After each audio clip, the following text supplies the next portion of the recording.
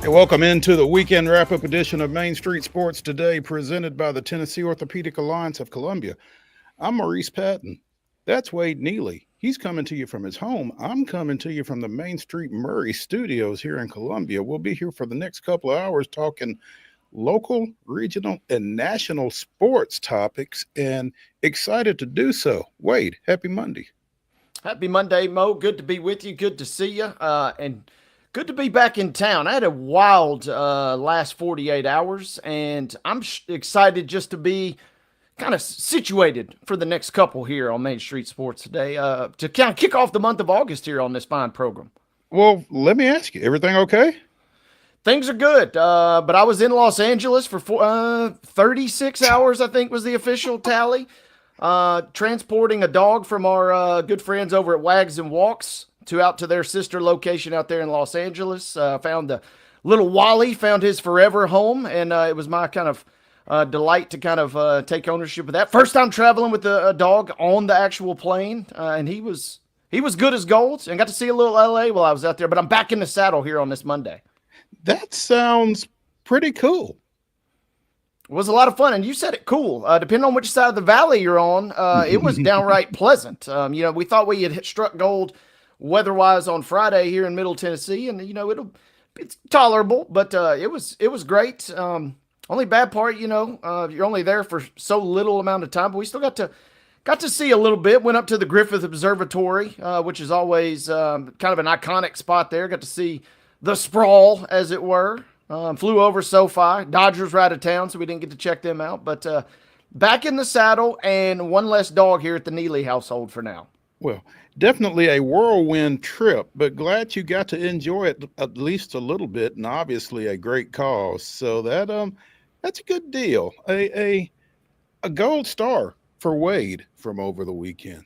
Nice stuff. And we don't like to totally shout out, no free shout outs per se, but Wags and Walks, they've been so good to us over the years. And again, they have a Nashville office, but they also have one out in LA, and it was kind of cool to further that cause for them because they've given us a lot of good memories over these last 2 years.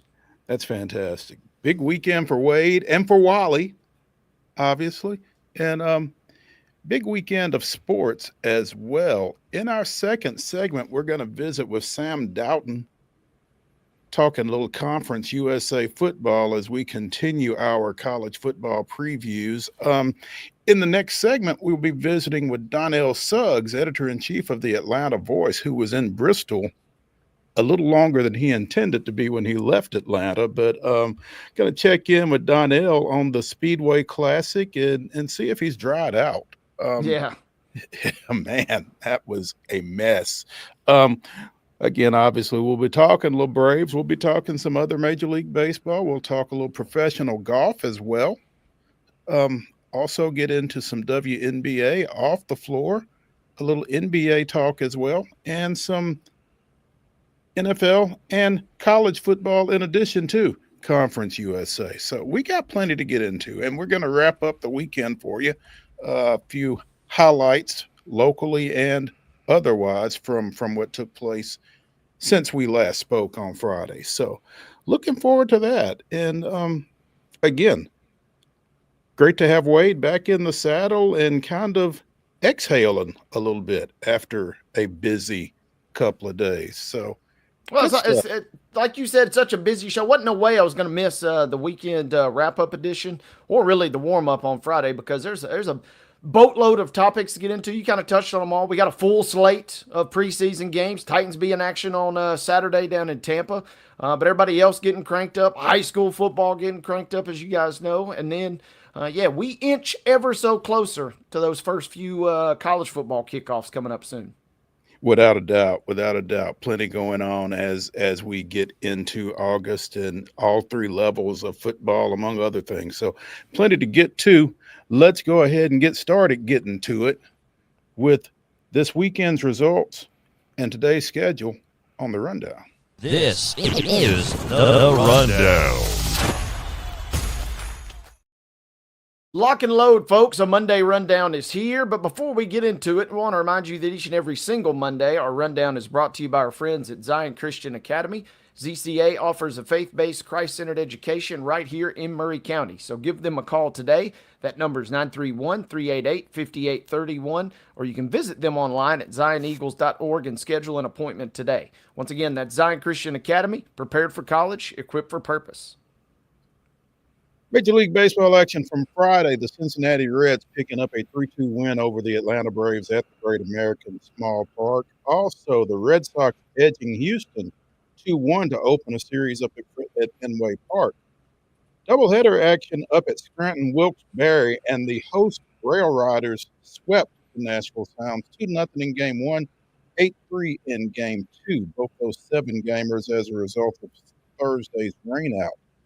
WNBA action from Friday. It was the Indiana Fever with an 88-78 win over the Dallas Wings. Connecticut defeated the Liberty. That's not a typo. 78-62. The Sun with a big victory. Atlanta 95, Phoenix 72. That's not a typo either. BG getting some get back against her former team. Golden State with a 73-66 win over the skidding Chicago Sky, and the Los Angeles Sparks in a shootout 108-106 over the Seattle Storm. Rolling into Saturday, MLB action. One game got played on Saturday. It was the Red Sox defeating the Astros 7-3. That's at the major league level. Minor league scoreboard from Saturday. It was the Sounds with a little get back of their own, 7-5, defeating Scranton on Saturday. And in WNBA, protect the women and children. It was Minnesota 111, Vegas 58. Woof. Woof.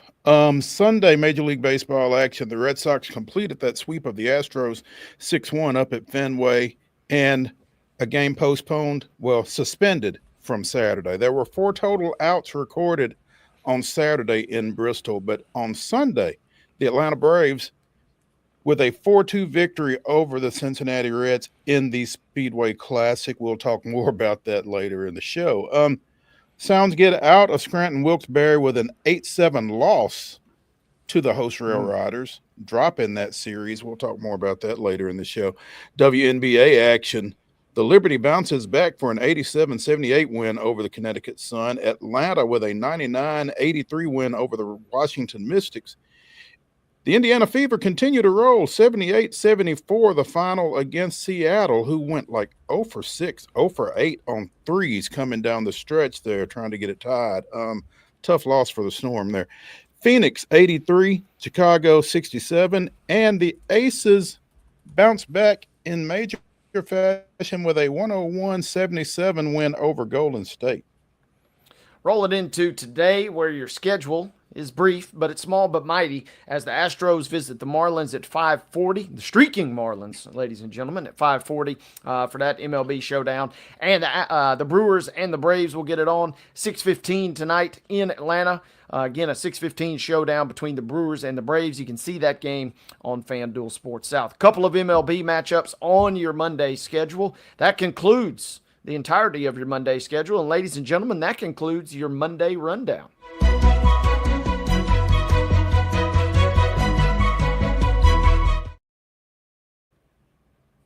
Your top story brought to you, as always, by the fine folks at Piggly Wiggly in Neely's Mill here in Columbia. Be sure and check out their delicious daily deli lunch options, available from 11 a.m. until 6 p.m.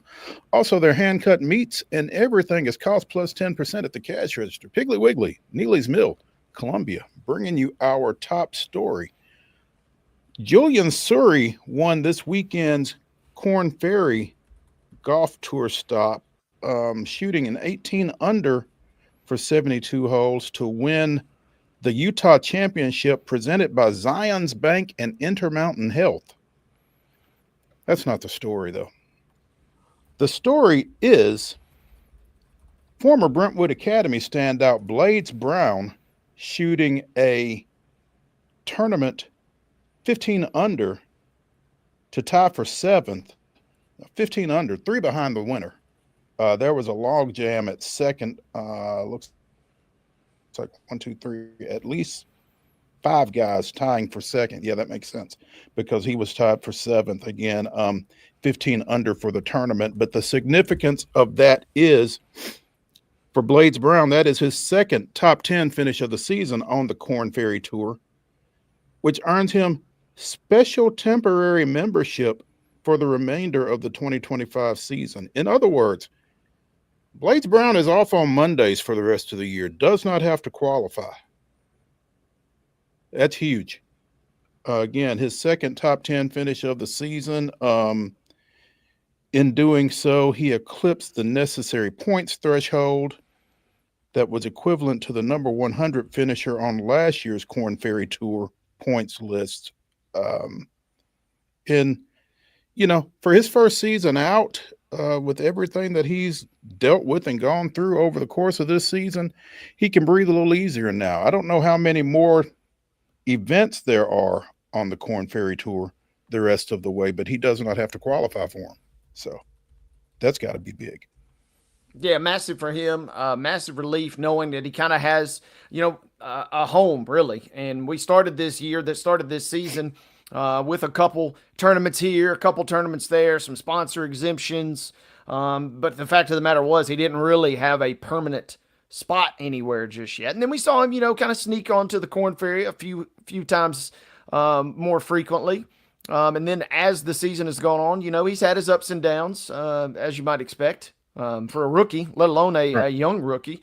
And so it's good because it's going to keep him in a consistent pattern. And now, who knows where he's at mentally. But for the fact of the matter is he's kind of got his schedule dialed in. And it looks like the Korn Ferry does run through at least the month of October, or at least mid-October. So he's got 4 or 5 more tournaments to kind of really bear down. And now you can kind of swing for the fences. You kind of seemingly are set up nicely. They'll have the Korn Ferry here in Nashville in a couple weeks over at the Vanderbilt Legends Club as part of the Snedeker Foundation tournament. So Blades will have a chance to kind of go for the gusto now. And, I mean, if you can sneak a couple wins, if you could kind of really do some damage, you maybe obviously secure some Korn Ferry insurance for next year, but you could maybe even dare to dream about PGA perhaps this time next year. The Korn Ferry goes to Omaha, Nebraska for the Pinnacle Bank Championship this weekend. Again, Blades Brown is locked in. 2 weeks, it'll be at Boise for the Albertson Boise Open. As you mentioned, the second weekend in September, the Simmons Bank Open for the Snedeker Foundation right here in his and my backyard at the Vanderbilt Legends Club. And another event the following weekend in Columbus, Ohio. And then you've got the Compliance Solutions Championship in Oklahoma the first weekend in October, and the Korn Ferry Tour Championship at Larry Bird's home, French Lick, Indiana, the second weekend in October to close out the Korn Ferry schedule. So 2, 4, 6 events remaining. And again, Blades Brown is locked in for all of them. So got to be a huge accomplishment. And a huge weight off his back again, Wade, like you were saying, just to know that you don't have to worry about whether you're going to have a place to play or an opportunity to play. You're in.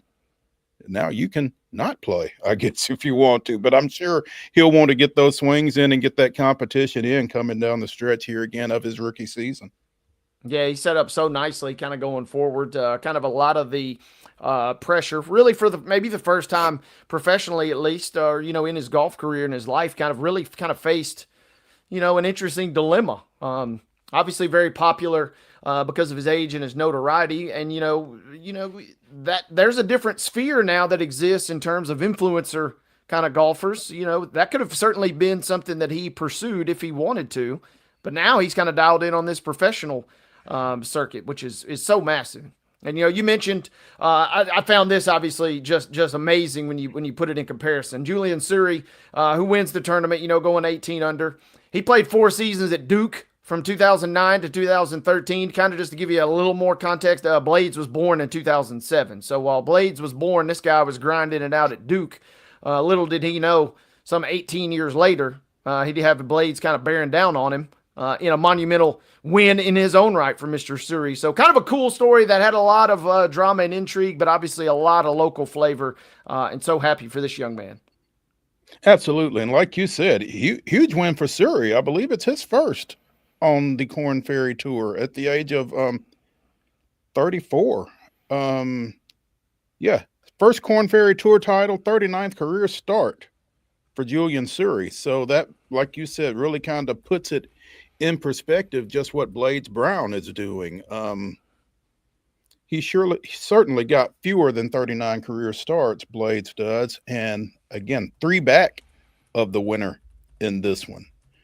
Surrey, the 13th first-time winner on this season's Corn Ferry Tour. So big victory for him. But again, like you said, Blades bearing down. Maybe we can see him win one before we get done this year. And I'm sure he'd love to do it at Vanderbilt Legends here in a few weeks. He would. Obviously he'd love to win any of them. But he's, there's going to be a little extra oomph kind of in his swing there as he gets ready for that. And, like I said, now this will be a fun week and kind of an interesting test to see. On one hand, you could make the case, man, there's so much weight off your shoulders that you can kind of just go out and relax and kind of play your game now. Or, do you really tighten the screws and kind of turn up the intensity? Could see that going either way. So that will be fascinating. One thing I don't think he's going to be too excited about is, having to leave Utah. They were right at 4,500 elevation. So you're just talking ripping some bombs off the box there. Going to be a little tougher when you kind of move. They do go out to Boise next week, you mentioned a minute ago. But beyond that, going to be a little sweltering in the Midwest and in Tennessee for the next little bit. So hopefully Blades enjoys. And the sky kind of truly is the limit, having secured some of this now, and we'll see what's up next for this young man. Absolutely. We'll be keeping an eye on him. Let's take a break here on the weekend wrap-up edition of Main Street Sports Today, presented by the Tennessee Orthopedic Alliance of Columbia. When we come back, we'll be joined by DONNELL SUGGS of the Atlanta Voice, talking a little Braves baseball and the Speedway Classic. Stick around.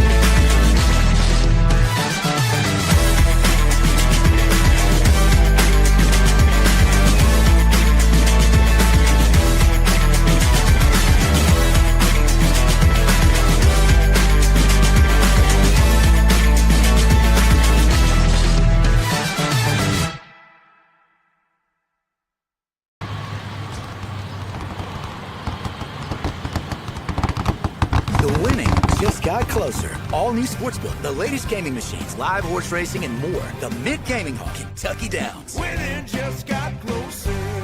Deep in a forest at Nashville Zoo, new creatures here for you to view. Phantoms graced in black and white swing high in trees of dappled light. In rocky crags, tall and steep, small antelopes with nimble feet. A wise old man with beard of white, a sentry perched on stony height. Amidst it all, a hunter lies, with coat of gold and steely eyes. A new adventure just for you. Leopard Forest at Nashville Zoo. Open now. Busy bee, yeah, busy bee. If you need... Hold on, y'all, hold on. I need to make a call. Hey, this is Brianna with Busy Bee. I'm giving you a call to let you know your technician is on his way. 833. Oh, busy bee. Guys, not yet. Not yet. Busy bee, oh, Now busy ready, bee. guys. Call 775-7833. Custom Stone Handlers supplies over 600 distributors and suppliers with quality stone products. Along with Riverstone, we produce and distribute over 100 building, landscape, and other bulk products. Our goal is to provide quality products, service, and partnerships to ensure our customers' success. We firmly believe the measure of any person or company is how you treat other people and customers. Give them a call at 931-490-4990 or visit CustomStoneHandlers.com.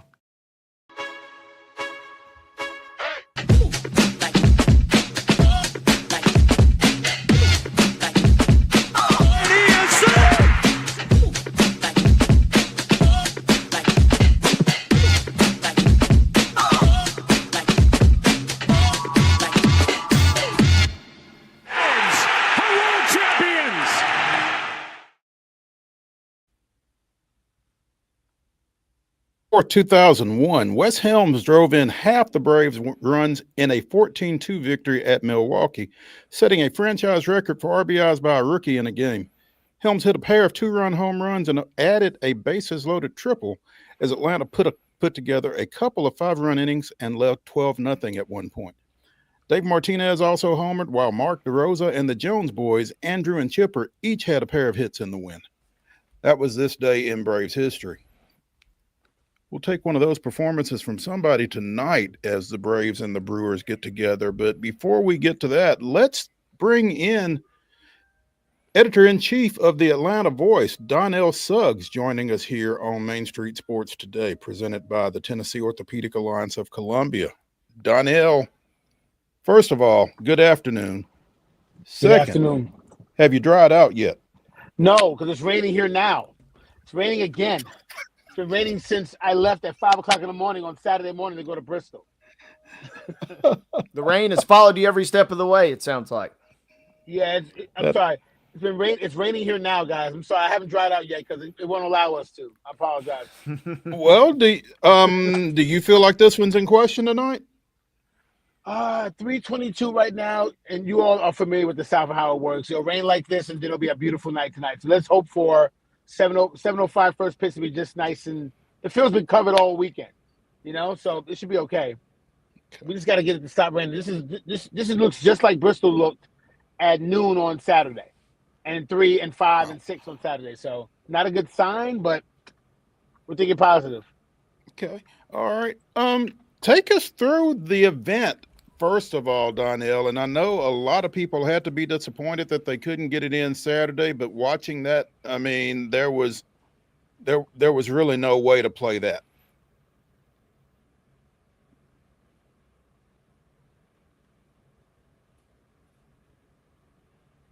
Mark, did we lose DONNELL? He's still here. Okay. DONNELL, can you hear us? Come on back to us, bro. Right. Let's maybe we should disconnect and reconnect DONNELL. There he is in one of his pictures from Bristol Motor Speedway, but hopefully we can get DONNELL back in. But yeah, Saturday night was, with the exception of about 4 outs, a complete and total washout. I don't even know why they started that game, to be honest. And it's fortunate that nobody got hurt, assuming that Austin Riley's situation wasn't related to the weather. But, I can understand Major League Baseball wanting to get that thing in. I mean, it was as much a spectacle as anything else, but you've got to err on the side of caution when you're dealing with Major League athletes in that manner. And I know the event and the importance of it and that kind of thing. It's just a tough situation all the way around, I guess. And I'm sure that there were people that were set to be there Saturday night that weren't able to be there on Sunday. Looked like Tom Verducci packed lightly, same jacket from Saturday night on Sunday. Different situations like that. It was an experience, looked like. Yeah. Yes. DONNELL, you back with us? There he is. Oh, there he is. All right. Thanks, guys. Yeah. I apologize. Listen, it was an experience. It was like nothing we've ever seen because we've never done it before. I mean, an outdoor concert. Tim McGraw was great, if that's what you're into.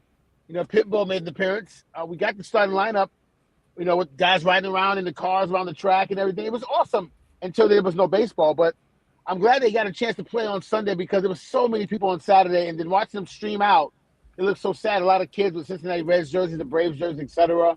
So I'm glad they got the game in, but Saturday was a long day.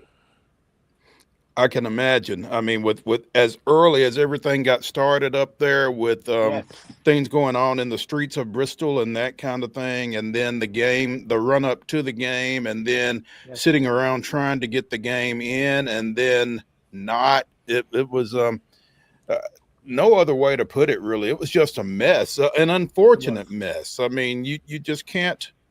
You can't predict the weather. You can, as Outcast would say, but just no way around it. But they did get back yesterday, and they got it in, and the Braves Eli White seemed to like the surroundings.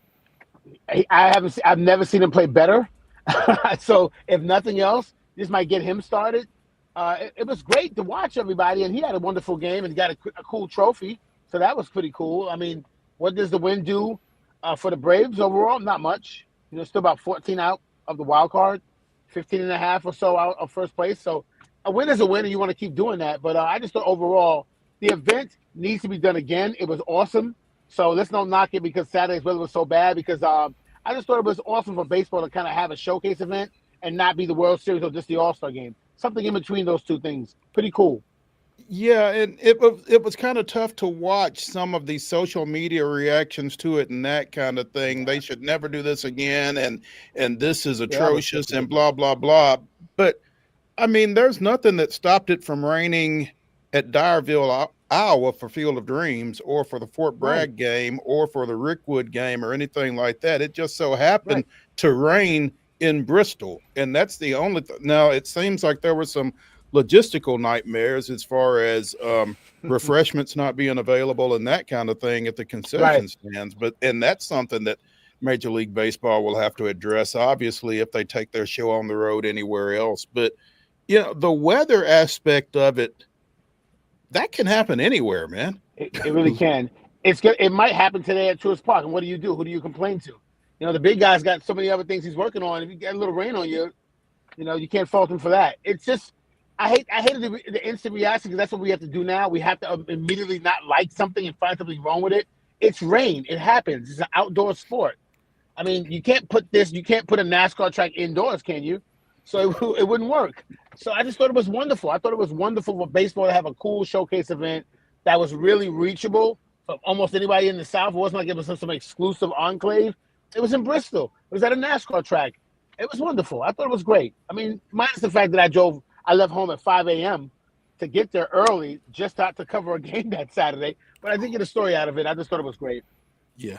And some of the touches, I mean, the taking the car around the track whenever there was a home run hit, which there were only two, but I mean, just different things that were specific to the venue and the environment and that kind of thing. I thought they did a nice thing with that. And like you said, bringing out the starters and parading them around the track.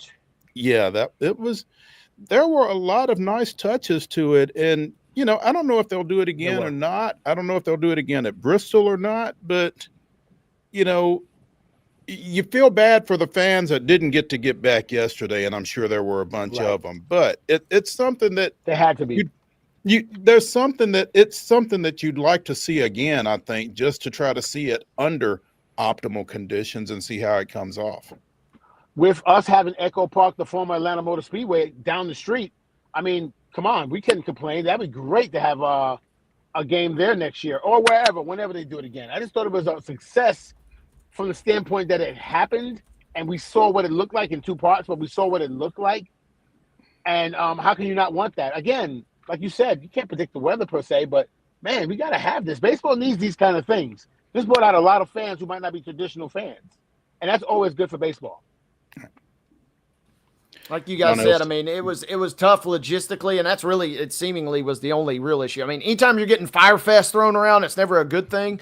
But when you see that kind of tossed around, I can, only sympathize with the people. I had some friends that went Saturday, and it was not a great scene, it sounds like. But those that were fortunate enough to stay on Sunday, you kind of do get your money's worth at that point, it seemed like. So that's why I'm kind of fascinated to Donnell's point a moment ago, and I'm curious, maybe not at Bristol again, or at least not in the immediate short term, but I'm curious to see if and when MLB does take this to a different direction, kind of in a bigger stage, as you mentioned a minute ago, Donnell.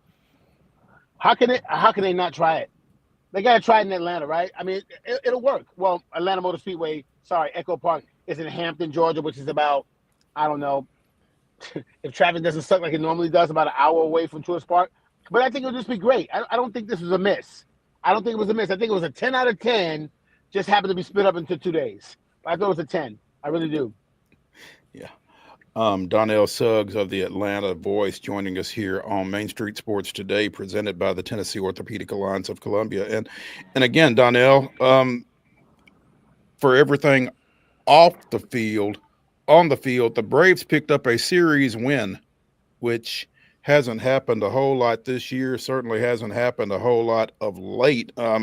Got a huge shot in the arm from Waldrop yesterday, coming up from the minors to pick up the suspended game after Spencer Strider had been burned in warmups, and then Austin Cox was burned going one inning, for him to, third of an inning, for him to come up and really throw the way he did, keep those guys in that game, pick up the win, as it turns out, for a team that's really struggling to find positives. He was certainly one. That was a big positive. Waldrop he's obviously had a lot of there's a lot of expectations for him, and for him to pitch well in a weird environment, that was really good for him. So again, there's a lot of pluses here. Plus, Spencer could use a break. Let's be honest. Spencer could use one. Yeah. What do we know about Austin Riley's situation at this point? Is he going back on the IL with that abdominal situation, or? Yeah, he's on the 10-day. They're gonna have a look at it and give him a break. So he probably won't even be playing in this Milwaukee series. So bring up Nacho. We might bring up Nacho again, or Luke Williams might try his hand at third. He's played everywhere else. Yeah. Made a nice play to end the game. Guy can play, man. He really can. I don't think he's an A starter in the major leagues, but who's not? I think he can fill holes, and this might be a hole he has to fill. But I think Nacho's pretty good, so we just bring Nacho back up. Yeah. Yeah. Alvarez, for those who don't know, I'm sorry. Yeah, there's not, like you said, a whole lot to talk about with this Braves team, just in terms of this 2025 season. They're coming into this tonight, assuming they play, at 47-63, 16 games under 500, closer to the bottom of the NL East, obviously, than the top. This is just the continuation of a really, really tough season. What do you look for as you watch this team at this point? I had asked Snicker that the other day, Saturday, before we found out we didn't play, long before the game. And I'm like, it's a really strong finish to the season, something you all are looking for. Almost like use this game as a starting point to kind of have a mini season where you can say, hey, look, we finished the season strong like that. And he said, that's what we're hoping for. You want to win them all and not shoot for trying to get the 16 back that you need to get the 500. Instead, have these fans that are coming out here. They had a ton at the game, and they're going to have a ton tonight because Milwaukee's coming in, and Milwaukee's a lot of fun to watch. Just have them see a good product with a lot of good young talent and established talent. They have to consider this a third season. You at the beginning, you got the All-Star break. That's already gone. You're not going to catch up to the Mets and Phillies. You can forget it. And the wild card teams out of the West Coast, they're even better than most other teams. So instead, how about you have a mini season? Just try to finish strong and get the young guys some playing time. And I don't think it's even worth bringing back Swellenbach, for example. What's the point? Sale, maybe he's a veteran. Maybe he'll want to get a couple starts for his career numbers. But just finish strong. And Milwaukee, unfortunately, is playing really well. So that might not be the team to try to finish against. But we'll see. And to your point, Milwaukee coming in here, and they've got a lot to play for. And it's always been a fun and an interesting series when Atlanta and Milwaukee play each other. I don't know that the Braves can necessarily hold up their end of the bargain at this point, just the way Milwaukee is playing. But that's an awfully good ball club to come in here that you're trying to, extend some good vibes against after winning 2 of 3 against Cincinnati.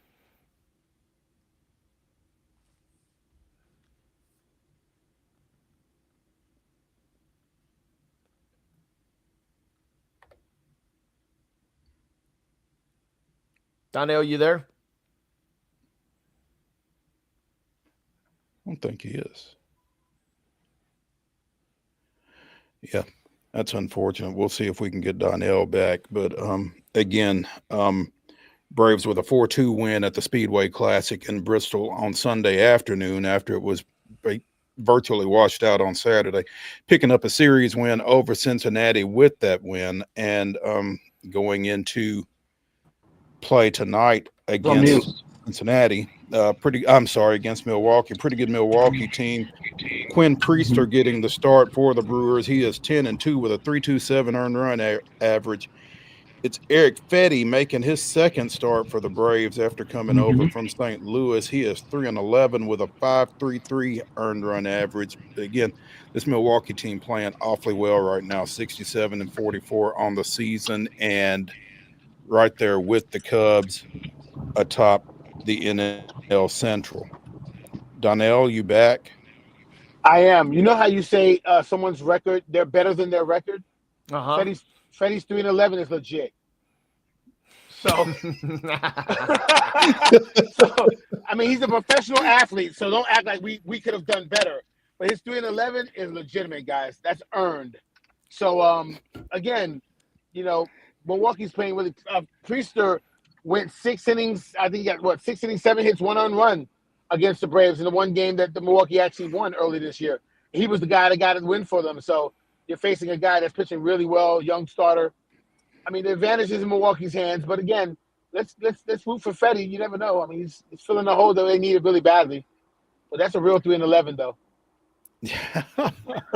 Yeah, we talked about it when Atlanta brought him in, and Donnell, this is a guy who the Braves have traditionally had their way with when he was across the field from them or on the mound and they were at the plate. And so to all of a sudden see him in your uniform, it's got to be a little tough for some of those Braves realize this guy's going out there for us. Right. Yeah, okay. But doesn't that sum up the 2025 season though? As much as this weekend did. Yes. Exactly. It really does. I don't know, Donnell. I'm not sure what else there is really to look forward to for this team. I mean, Acuna is out. We're still, I don't know if he comes back, you know, kind of like you were saying about Schwellenbach and Riley and some of these other guys. I mean, maybe you just kind of wrap some of these guys in bubble wrap and just get them ready for 26. And to be totally honest with you, there's enough talent on this team. If healthy, we wouldn't have any of the same conversations. Maybe it makes sense to not let Acuna play again. For what? You know, to do what? Cristiano doesn't need another start. Acuna doesn't need another at bat. Swellenbach's too good to get him out there and not be 100%. Like we didn't rush back Strider, but it kind of felt like he did get rushed back because look where he looks now in comparison to last year. Let's all focus on the fact that Michael Harris is playing really well. That's good. More at bats for him. There's something. His average is up to 238, and that sounds weird. That sounds like a bad thing. But if you saw it a month ago, you would have prayed for 238. I'm also curious, Donnell, real quick, who are some other guys, though, in the mix, either currently on the MLB roster that are youngsters or some guys that might get a peek, who maybe are one or two guys you could latch on to, say, okay, let's see some more development from these guys in the next month or so? I would love for Waldrop to get another start, and there's potential for that because Miami's going to be here for like 4 games. So there's a chance to bring him up and bring somebody down to get him up and get another start. That would be great for that kid. Waldrop definitely needs to get back up here. Nacho Alvarez needs as many at-bats, as many turns at third base as possible because the glove is not the issue. It's the bat. This guy needs more at-bats. Like anyone else in baseball, you just need to keep on swinging the bat. So I would love to see Nacho come back up for a longer stint than what he just had. Again, Austin Riley, if the 10 days is not enough, shut him down. Shut him down. Just give some people the look at the young guys. So hopefully you do that as well. We don't have a ton of young bats, unfortunately, that people are looking forward to seeing out of Gwinnett or whatever. It's really the arms, and I'm hoping that Waldrop gets some more starts. He's really good. We got some. What was the young man's name? That we got a couple starts early this year. I'm forgetting his name now. He's been gone for 3 weeks. Fuentes. Didier. The way he pitched, they probably don't want him to come back up, but it'd be nice for him to come back up too. Just because, you know what, he was already up here, so it couldn't hurt for him to get a couple more innings. And with him going down to Gwinnett, maybe he was able to go down there and kind of regain his confidence. Maybe you can get him back up here and get a better version of him because it'd be nice for him if he could get back up and kind of get that taste of his first major league trip out of his mouth a little bit. So to that point, that makes sense. Yeah, he got beat up a little bit. And it's not the kid's fault. He wasn't ready. He really wasn't. He looked good in stints. But overall, major league hitters, you go one time around, they'll figure you out. And they figured him out quickly. So I'm hoping that he gets the number one too. I really like the stuff that he has. It's just that he just wasn't ready yet. He really wasn't. And that's a tough situation to be in. You know, he had just turned 20 right before he came up into, you know, Miami. No more experience than he had. And he's trying to throw important innings for a team that's looking for somebody to latch on to in the pitching rotation. So a lot of pressure there and just a tough situation for him. Maybe now that things are a little bit more clear cut for the Braves, we're not playing for anything. Just come up and learn from this. So maybe that's a better situation for Didier Fuentes, like you said. And again, got to see Waldrop again. No excuse not to. It doesn't make any sense not to. We, diamond in the rough. I mean, he's not like he's a baby. It's not like this isn't his first go round. He's had a year already. So it was almost about that time. He just got skipped. He kind of got skipped in the rotation a little bit. And Didier came up and got the starts for the young guys. So Waldrop proved he can pitch on this level. So he's got to get another one. Why not? What do we have to lose at this point? Fans are still going to come. The tickets have already been sold. You already made you're going to make your money on the tickets. Give them somebody young to root for, another jersey to buy, a guy for a young kid to kind of latch on to early in his career, like a lot of us did with the guys who pitched for our hometown teams. And start getting some guys ready for 26. Oh, for sure. And shut them down and get some ready. Nick Allen, leave him out there. Because this should be the last go run for him at shortstop, with all due respect. Good ball player, great glove. But we gotta get some ABs that matter at that position. And they really haven't all year. Donnell Suggs of the Atlanta Voice joining us here on Main Street Sports today, presented by the Tennessee Orthopedic Alliance of Columbia. Again, the Braves and Brewers set for a 6:15 Central Time start tonight, weather permitting. Weather permitting. And guys, I'm going up there, please. I don't know what the cost of gas in Tennessee, but it ain't cheap here in Georgia. So we can't keep on driving back and forth all the time and not having games for me to cover. When we say weather permitting, please, weather permitting. Get this game in for Donnell, y'all. Donnell, we appreciate it. Thank you for taking some time with us. Guys, thanks for dealing with me today. I'm sorry about all that back and forth. Thanks again. No, it's all right, man. We appreciate it. Thanks. We'll talk. I appreciate y'all. See ya. Let's take a break here on the weekend wrap-up edition of Main Street Sports Today, presented by the Tennessee Orthopedic Alliance of Columbia. When we come back, we'll talk a little bit more baseball. Stick around.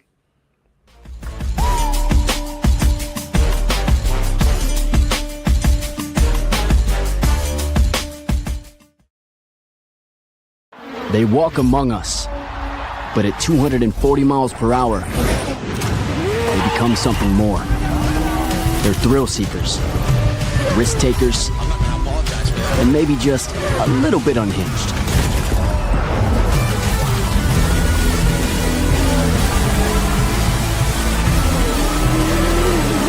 Buckle up. This new era of speed, this racing revolution, it's just getting started. Hi, I'm Stephanie Miller. Main Street Media is partnering with Borchetta Bourbon Music City Grand Prix at the Nashville Superspeedway to send a family of 4 to the race August 31st. To register, please visit any Main Street Media website and look for the Register Here banner. You'll also receive some fantastic Borchetta Bourbon Music City merchandise. We look forward to seeing you at the race.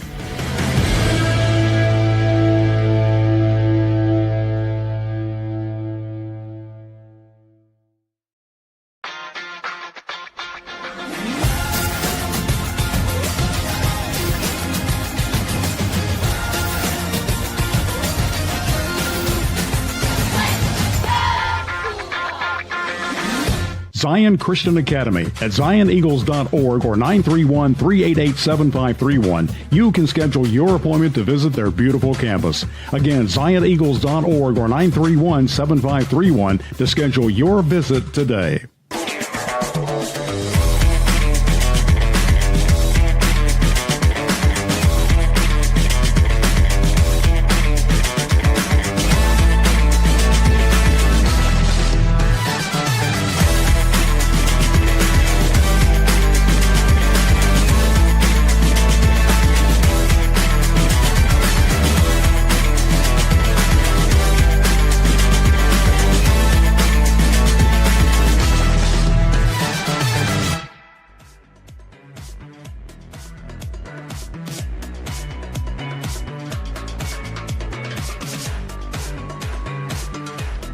Weekend wrap-up continues here on Main Street Sports Today, presented by the Tennessee Orthopedic Alliance of Columbia. That's Wade Neely. I'm Maurice Patton. We were talking DONNELL SUGGS just now. The Milwaukee Brewers coming into Truist Park tonight to start a series, weather permitting. And we didn't mention him in the last segment, but one of the objectives I would think for the Atlanta Braves going forward, again, is to try to get Drake Baldwin across the finish line as NL Rookie of the Year.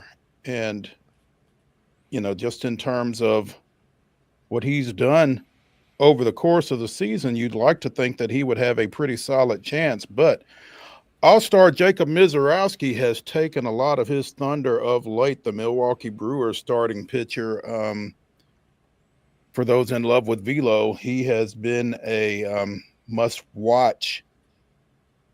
Went on the injured list over the weekend with a left tibia contusion. Apparently got hit on a comebacker last week and missed his start yesterday against the Washington Nationals. Seiya Suzuki got him Monday during the Brewers game against the Cubs. So you hate to see that, first of all. 4-1 with 47 strikeouts and 33 in the third, and he is definitely a guy who is going to figure into that Rookie of the Year race in the National League. But he's not the only Brewer. In fact, it feels like if Baldwin doesn't win it, it's going to be a Brewer that wins it. Former Nashville Sounds outfielder Isaac Collins was named Rookie of the Month in the National League for July.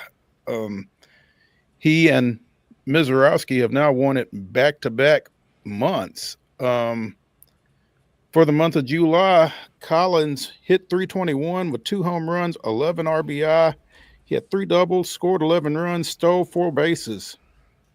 That's in 23 games. So, a late push there for Collins. Again, he's kind of been up and back a little bit with the Sounds and the Brewers. And I'm interested to see, how much of a push somebody who has not been in the major leagues all season can make for Rookie of the Year, because the Brewers have got a couple of them. Got a couple, and you mentioned first and foremost, that's tough for the Brewers, who really kind of struck gold with Misiorowski there. And so just from a team standpoint, they did call up Logan Henderson from Nashville. But, I mean, with all due respect to Logan Henderson, he'll do the best he can. But we were talking about some special stuff there from the Miz. So hopefully from their team standpoint, he comes back. But to that Rookie of the Year standpoint, yeah, you're basically in a situation, not quite like Kurtz in the AL, but you have a pretty clear favorite with Baldwin now, barring injury in his own right. He should win this thing. Collins was your second leader in terms of betting odds entering the day, but Augustine Ramirez from the Marlins is kind of right there neck and neck, and after that it kind of falls off a cliff. Misiorowski still has odds listed, but you assume that he's pretty much done in that chase at this point. So essentially, yeah, a 3-man race with Baldwin, barring injury, probably going to be your NL Rookie of the Year this year. Henderson got the start against the Nationals that Miz missed yesterday, going 4 1/3, striking out 4, gave up one earned run, so he did not qualify for the win. And that's unfortunate because the Brewers won 14-3. So, but nice performance for Henderson in that emergency start there as Milwaukee continues to play some pretty good ball. Again, they're up 2 over the Cubs in the National League Central heading into this series in Atlanta this week. And as the Sounds continue to funnel guys up to them, we'll be continuing to keep an eye on the Brewers as well. Best record in baseball, them two teams right there. So, yeah, this is going to be a fun race. It feels like the Brewers aren't really going to back down, so it's kind of almost up to Chicago now. Man, so much was made of their inactivity at the deadline, at least internally. It's going to be real fascinating to see if Chicago's got the goods to make one last surge. Did they kind of peak too early And Milwaukee seems very consistent. So, I mean, it's a two-team race, not only for the Central, but also a two-team race for the best record in baseball coming down the stretch here. Yeah, the Tigers have kind of fallen off. More on them in a second, but it's pretty wild that the attention is on the NL Central in terms of that best record in baseball. I don't know, 4 months ago that anybody would have necessarily expected that to be the case. But, and I'll be interested to see how many more times Milwaukee and Chicago will be meeting up there between now and the end of the season. Do they get to decide this thing mano a mano, or how's that going to play out? So, tough trip to Fenway for the Astros. Fell 6-1 yesterday to the Red Sox as Boston completed the sweep, winning 7-3 on Saturday and 2-1 in 10 innings on Friday. Wasn't without its sparks, though. Some stolen sign allegations being thrown around, and just never a dull moment, I guess, when it's the Houston Astros and the Red Sox. Yeah, I mean, just them two going toe to toe. No share of controversy between those two franchises in that regard over the last couple of years, and so I would have been kind of almost disappointed if there wasn't a little chicanery kind of involved between those two teams. Red Sox, that feels like obviously a bad situation for Houston, but all of a sudden the Red Sox, they'd kind of borderline peaked too early a couple of weeks ago. It felt like made some moves kind of secretly, but all of a sudden they're kind of catching fire a little bit. They've won 8 out of their last 10. They've now got 5 in a row, including that sweep that you just mentioned. So suddenly they kind of have a little bit of spark. After 2-3 weeks ago, it felt like they'd kind of fizzled out a little bit. Now all of a sudden buckle up. Maybe they have the goods to chase the Blue Jays in that division. They may very well. 3 games back of the Blue Jays in the AL East at this point, a game and a half up on the Yankees, who did themselves no favors, getting swept by the Marlins this weekend. 13-12 on Friday, 2-0 on Saturday, and 7-3 yesterday. The Marlins, the 55-55 Marlins, by the way. Yeah, I mentioned they've been playing some good ball, but yeah, first ever sweep by the Marlins over the Yankees, and it is not good. And that's obviously a franchise that doesn't matter what team perhaps sweeps them, they're not going to be happy anyway. But when the fact that it's the Marlins and a perceived lesser than franchise, it's going to be a little rough. So much so, Luther Campbell kind of going after him, saying, we can't be losing to the Marlins like that. So I mean, when the rap legends are kind of coming after you, it's tough. The Miami-based rap legend Luther Campbell, by the way. So apparently he has not shifted his allegiances despite the arrival of the Marlins in South Florida. That's pretty wild.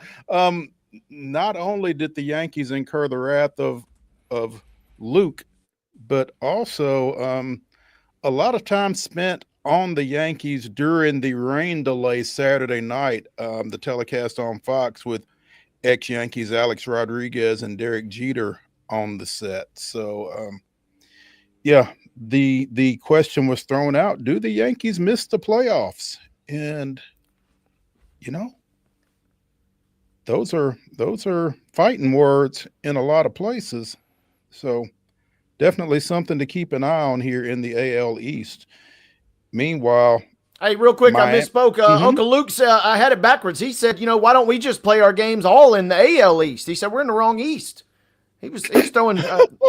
I mean, can't blame him. You're not going to catch the Mets. You're not going to catch the Phillies. But why not take a shot at the AL East after that weekend? I never really pictured Luke as a baseball fan. That's interesting. Maybe only when they sweep the Yankees does he come out from under the perch, and chirp a little bit. Well, I mean, I knew he was a football guy, but that's it's interesting stuff. Meanwhile, Miami going home to take on the Houston Astros, who come into South Florida 62-50. Again, the Marlins 55-55 heading into this 540 matchup. It's Jason Alexander going for the Astros. Not that Jason Alexander, as Wade pointed out not long ago. Sandy Alcantara getting the ball for the the Marlins, 6-9 with a 6.36 ERA is Sandy, coming off injury. Been a tough year for him, but the Astros still hanging on at the top of the AL West, 2.5 up on Seattle, 4.5 up on Texas, but that number is dwindling. Yeah, they better get it together because Seattle has loaded up the chips. And, however the West shakes out, it feels like the Mariners probably, at least as they're currently constructed, barring Houston really catching fire again with all of their guns kind of back in the holster, or unholster, I should say. It feels like the Mariners are primed, however the West shakes out, to make maybe the deepest postseason run. So this race will be interesting. It'll be fascinating. You mentioned Alcantara. It'd have been nice. He was really kind of bandied about as a potential trade target for a lot of teams. So kind of maybe surprised that he didn't get sniped by somebody. And would have been cool, man. We've talked about how tough of a season it's been for Ryan Weathers. And, when he went on the DL or the IL for the rest of the season last month, once upon a time I had dreams of maybe watching him take on the Astros. But it's been an up and down season. But the Marlins have shown a little spark, a little backbone. And, they don't necessarily have all the pieces to make a run, certainly this year. But the fact they're kind of hovering around 500, 8-2 in their last 10, Houston's got to be on upset alert here and got to take care of business. They need to course correct here in a big way. No doubt.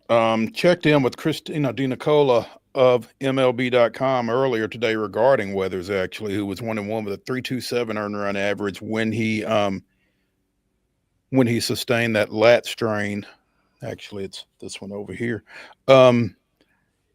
Not close to returning. Not sure if he'll make it back before the end of the season, which I was checking in because the Jumbo Shrimp are set to play at First Horizon later this week. And was wondering if we might get a chance to see him. Apparently not. We talked about Detroit earlier in the segment. The Tigers, and I missed this, Wade. The Tigers traded for Charlie Morton at the deadline. Former Brave. Had a good start last night. He had a great start last night. 6 innings pitched, struck out 6, gave up 1 earned run, but that was enough to get him beat as they fell to the Phillies 2-0. Unfortunate outcome, but you can't argue with the performance from Uncle Charlie there. Probably the second oldest guy to make a start this year behind Rich Hill now. But Detroit, again, despite the loss, has to like what they saw out of Charlie Morton last night on national TV. Yeah, you got to be impressed, obviously, with what he brought to the table. But if you're Detroit, also, man, you have literally fallen off a cliff. We were talking about them being your clear-cut best record in all the MLB a couple of weeks ago. And the only saving grace is if they were in any other division, we might be really talking about them being in some peril here. But the Guardians and the Royals really are only teams even within striking distance. The Twins are toothless, especially after the trade deadline, and the White Sox are, the White Sox. So they benefit from that. And Detroit, it'll be interesting to see how they approach these next couple of weeks. Doesn't feel like you're probably going to have the goods to get back to that really kind of roaring effort that you had the first couple months of the season. Try and dial in, though, kind of tweak and get ready for the postseason. Kind of like the Mariners, right? It doesn't matter really how you get in and where you get in. It just matters if you're ready to kind of make that push in the postseason. And Detroit has kind of got to be on high alert right now because they are not playing great ball. Yeah, they've got, it's tough to see a scenario where they don't win the Central. They are 8 games up on the Guardians here on August 4th, 8.5 ahead of Kansas City. But to your point, they were cruising, it felt like, early on, and now all of a sudden they are not. So whether or not they can get it back together will be worth keeping an eye on. Toothless.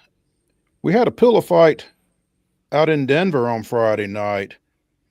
Pittsburgh gets up 9-0 after 1 inning, leads 16-12 after 8 innings. Colorado, with a 5-run ninth, walks them off. Brenton Doyle with a game-winning home run.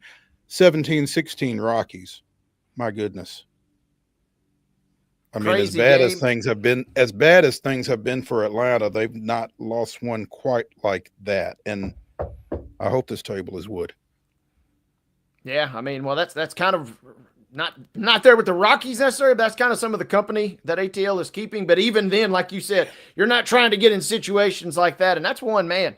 Talk about just a good old-fashioned game. Props to the fans that were there that maybe stuck around the whole time, because you're only going to a Rockies-Pirates game, really, if you're a fan of a player that's on that team, or a family member of a player on that team, I should say. If you're sticking out through it, that's a lot of beer snaking that could be going on. That's a lot of hot dogs, glizzies that could be going down. 22 hits for the Rockies, 18 for the Pirates. A wild game, kind of befitting of two kind of, middling franchises at the moment. Middling is a compliment, Wade. I felt compelled to give them a little bit of a juice, a little bit of a compliment there. But Pirates perhaps middling more so than the Rockies, who are just obviously putrid. There we go. Hour number one of the weekend wrap-up edition of Main Street Sports Today, presented by the Tennessee Orthopedic Alliance of Columbia, is in the books. Come back after this break. We'll get into hour number two with the grab bag. Stick around.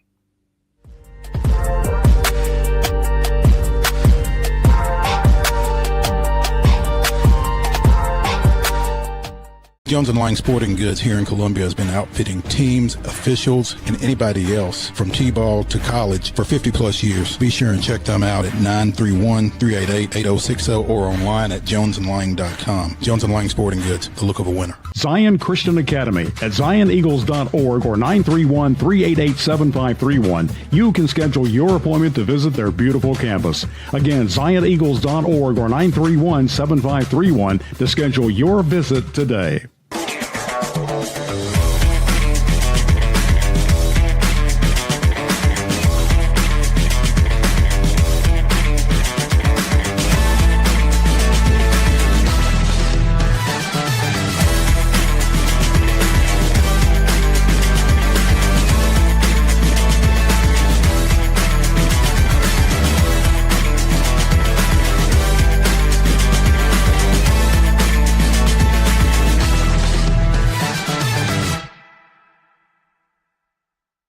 Custom Stone Handlers supplies over 600 distributors and suppliers with quality stone products. Along with Riverstone, we produce and distribute over 100 building, landscape, and other bulk products.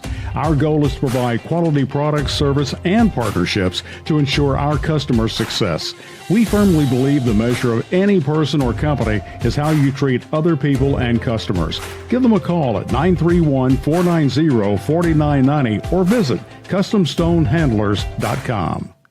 Piggly Wiggly, located in Neely's Mill Shopping Center, is Columbia's locally owned and operated Cost Plus 10 grocery store dedicated to serving the community with low prices and smiling faces.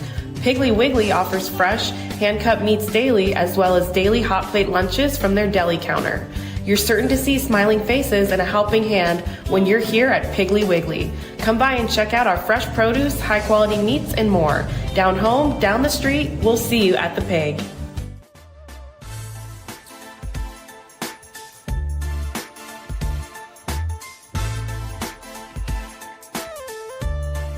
Hour number two of the weekend wrap-up edition of Main Street Sports Today, presented by the Tennessee Orthopedic Alliance of Columbia, starts right now. That's Wade Neely. I'm Maurice Patton. Let's get into the grab bag.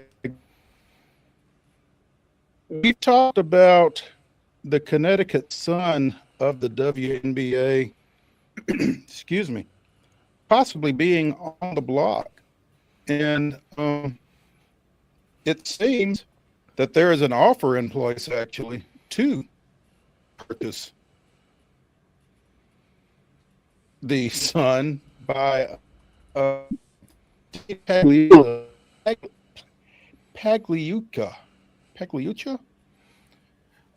who was involved with the Celtics ownership prior to their recent sale. The number is $325 million. And I guess there's a question as to whether or not the WNBA powers that be are going to approve the deal or not. Or why would you not? Don't know. But all indications are that the team would not stay in Connecticut, would move to Boston should this sale go through. And again, I don't know what the hold up on something like this would be. Jen Rosati, who is president of that a Connecticut Sun says that the team would play in Connecticut for 2026 should they be sold. So a move would take place no earlier than 2027, but it looks like there's 325 million reasons for this to actually play out. Yeah, kind of an interesting, but as you've alluded to, we've kind of sensed that this might be on the horizon here for this particular franchise, and it feels like for all the talk about collective bargaining, we're seeing behind the scenes whatever ends up happening with the owners. We're seeing that the valuations of the franchises is continuing to kind of skyrocket. So if you're looking to make a move or you're looking to invest, it feels like the time is now, and it feels like the Connecticut Sun, we're kind of right there for the taking. Still kind of a lot of hoops to potential jump through, it sounds like. But yeah, we kind of have somewhat sensed this might be sooner than later. Yeah. And to your point, it just kind of speaks to the popularity of this league, whatever else has taken place, that somebody would be willing to purchase this team for $325 million. It tells you that, business is pretty good in the WNBA. And good right now, yes, but also the future kind of being forecasted, right? The Sun were purchased by the Mohegan Tribe in 2003 for $10 million. So talk about a nice return on your investment. If this deal goes final at $325 million, that's a pretty significant chunk of change for that particular tribe there and that particular ownership group. So you're kind of banking, if you're this Boston ownership group, and this maybe also Pajulica is maybe kind of lamenting the fact that he was one of the finalists for that Celtics kind of majority ownership sale, but he got froze out. He kind of is stuck with his minority ownership. So maybe he's looking around saying, well, fine, I'll just grab another franchise. And like you said, $325 million to the good may do the number, or may do the trick there with that number. Purchased for $10 million in 2003, you said. That's it's a heck of an investment, to say the least. So first independently owned franchise, as well as the first ever Native American tribe that owned a professional sports team. So you do lose potentially some really kind of cool watershed moments and some major nostalgia there. But going from 10 million to 325 million, you could do a lot. There's a lot of double cheeseburgers that could be bought with that kind of money right there. There's a lot of salaries that could also be paid. I mean, WNBA players got to be watching this, in addition to, again, the 3 expansion teams set to come online here over the next 3 or 4 years that spent $250 million each to get into the league. I mean, when the players wear T-shirts that say "Pay us what you owe us," I mean, I'm sure they're looking at those numbers when they do that kind of thing. It's going to be an interesting, a wild ride here over the next few years with the WNBA, just to see how this goes, because clearly there's some value there. So, yeah, and it feels like we're kind of I mean, if it's not this season, it does kind of make you wonder when that kind of tipping point occurs, right?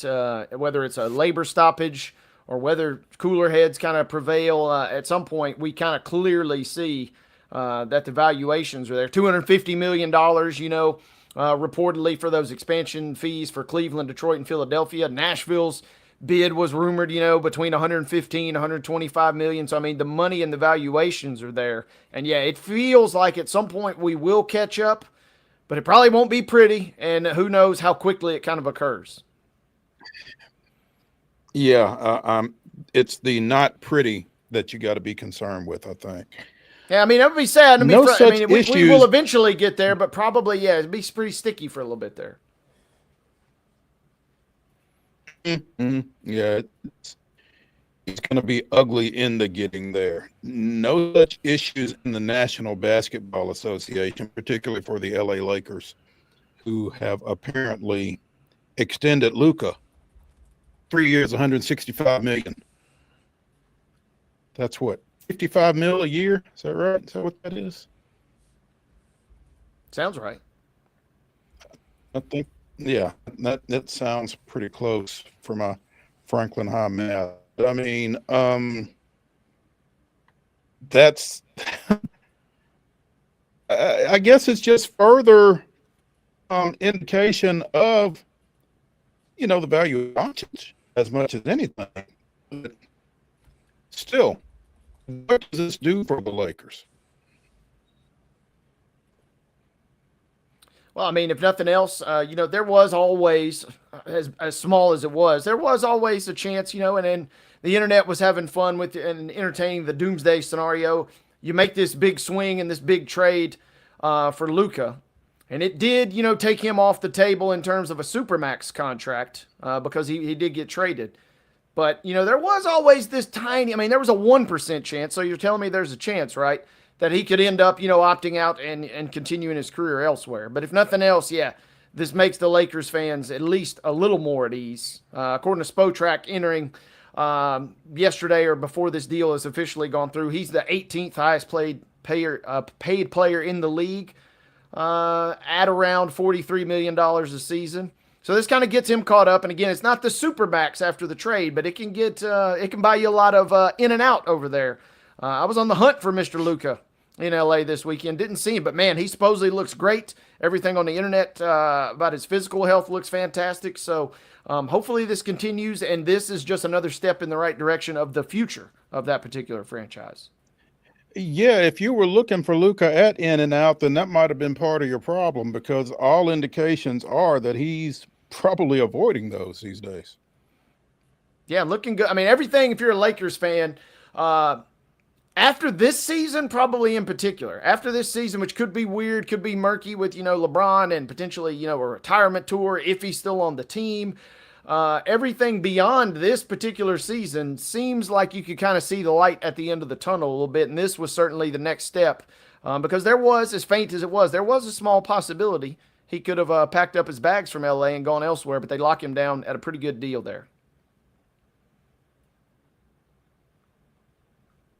Meanwhile, you mentioned supermax extensions and that kind of thing. As I'm scrolling across Twitter and other platforms here, apparently De'Aaron Fox has signed a extension with the Spurs. 4 years, $229 million. Shams is reporting it, so it must be true.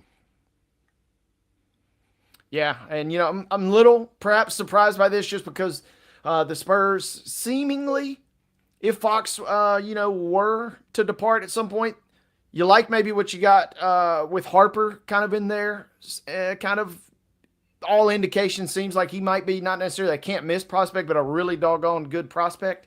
So I'm a little surprised by this, but also after those numbers we just read about Luka, if you kind of can lock him in now at a little bit better deal, presumably Fox, is going to be a little bit of a cornerstone here for you in these next couple of seasons. Felt like he would have got that much money, if not more, somewhere else. So you might as well kind of get him on a little bit of a cheap here. Yeah, it's interesting that you use the phrase "if you can lock him in here," because shifting to the NFL, apparently J.J. Watt put his general manager hat on over the weekend relative to the situation in Dallas between Micah Parsons and Jerry Jones, and tweeted out something to the effect of, "Take care of your best players early. Saves money, saves headaches." And, it seems to make sense. It almost seems obvious even, unless you're in Dallas. Seems obvious, but as we've alluded to, you have such a dog and pony show with Lamb, with Prescott. Jerry kind of likes the theatrics, and they wait, to the very last possible second in a lot of these cases to kind of get things done. And I'm fully expecting, this deal to get done, kind of like we saw with Clark in Kansas City last year. Don't know that he'll miss a game, but it feels like, the week of that first game of the NFL season, the Cowboys, poof, just out of nowhere, magically find the money and they pay their guy. And then instead of talking about opening night, we're talking about the Cowboys throughout the course of the Eagles, mind you. The Eagles getting recognized on banner night on NBC to open up the season. Be awful nice and awful Machiavellian there of Jerry if all of a sudden everybody's talking about Micah Parsons instead.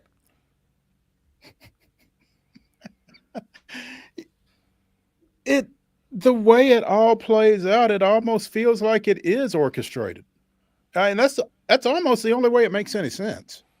Yeah, I mean, if you're looking at it like that, I mean, this is WWE script 101, right? You got Micah kind of in on the take a little bit. Hey, we're going to take care of you, big fella. Don't worry. But if you could just kind of ramp it up, props to him, by the way, his notes app for having dark mode enabled. That is a quality move right there, not blinding everybody's vision. But yeah, you get him on the take a little bit. We're going to get you taken care of. The only other obvious alternative is if this goes horribly wrong. And if you're Dallas, the only real scary situation would be you're talking about obviously him missing a lot of time, or you don't find the right trade partner. Because if he does end up legit on the trade block, it feels like he's going to get a massive deal. But I'm curious, who might be the team that would swing for such a big deal. But yes, this feels totally calculated from the Cowboys' perspective. And if a deal doesn't come down the next week or two, circle that week of opening night when the Eagles are getting ready to take front and center stage and the Cowboys magically come up with the money. Worst case scenario, as you put it, if there is a trade made, it's got to be somebody who feels like they are right there on the doorstep of a Super Bowl, right? I mean, you would think, there's some fans, especially on the internet, that have, thrown the Titans around. I mean, if you have an opportunity to grab one of the top defensive players in all the NFL, and, if you trade for this guy, he's going to sign your own contract the very next day, right? I mean, it's not kind of like Major League Baseball where you might trade him and you get 1 year out of him and then he rides off into the sunset to another franchise. It feels like a deal gets done immediately. Mm-hmm. But I'm looking again at Spotrac here, and I mean, Parsons is like the 10th. I mean, he's still on that rookie deal, for finishing up that rookie deal. It feels like it's going to get done. But if I'm a franchise, I mean, you get instant credibility on your defense, obviously, no matter what you send away. And you're going to have a little bit of a marketing component there in terms of jersey sales and whatnot. So to your point, it does feel like, this would be a massive piece that puts somebody over the proverbial tipping point in terms of a Super Bowl. But maybe if you're a team that's, hey, we're 2 or 3 years away, he certainly kind of gets you a little further down the road in that regard. Yeah, he's if he doesn't get you there, he's certainly going to get you closer than you are. So, yeah. I mean, that makes sense. College football, we're going to be visiting with Sam Doughton in the next segment, talking a little Conference USA. But Virginia Tech is apparently not real fond of visiting Norfolk, and with good reason. In their last 3 trips, the Hokies have dropped 2 to the Monarchs. So they have bought out 3 scheduled games against ODU in a scheduling agreement that was signed back in 2012. Virginia Tech was set to go to Norfolk for the 27, 29, and 31 seasons and take on ODU. Those games have been canceled, along with a 2028 game in Blacksburg. Virginia Tech will still host Old Dominion this year, next year, and in 2030. But we're not going to put ourselves in position to lose another game in Norfolk, said Virginia Tech. No. As we continue to evaluate and align our future non-conference schedules with the evolving landscape of college football, we've made a strategic decision, mutually agreed upon by both programs, to alter the number of games in the series. We're grateful for the competitive games we've shared, and we appreciate the flexibility and partnership from Old Dominion as we work to adapt in this new environment. I think my statement was more accurate, but at any rate, Virginia Tech not going to ODU in the foreseeable future. Yeah, they're like, we already got Vanderbilt on the schedule, and we didn't plan on losing to those guys, so we can't be scheduling too many other 50-50s. Bring in, Coppin State and just pray that you beat them, right? Yeah, bring in some of them guys. Yeah, absolutely. Let's take a break here on the weekend wrap-up edition of Main Street Sports Today, presented by the Tennessee Orthopedic Alliance of Columbia. When we come back, we'll be joined by Sam Doughton talking a little Conference USA football. Stick around.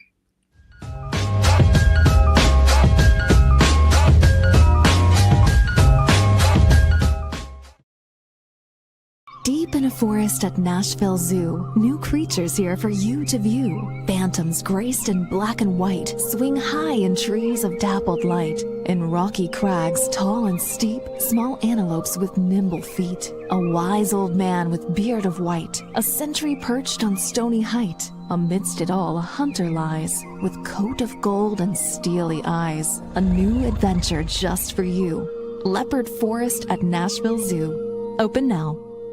They walk among us, but at 240 miles per hour, they become something more.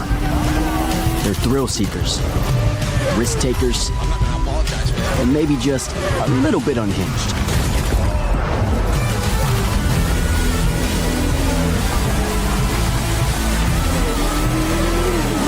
Buckle up. This new era of speed, this racing revolution, it's just getting started.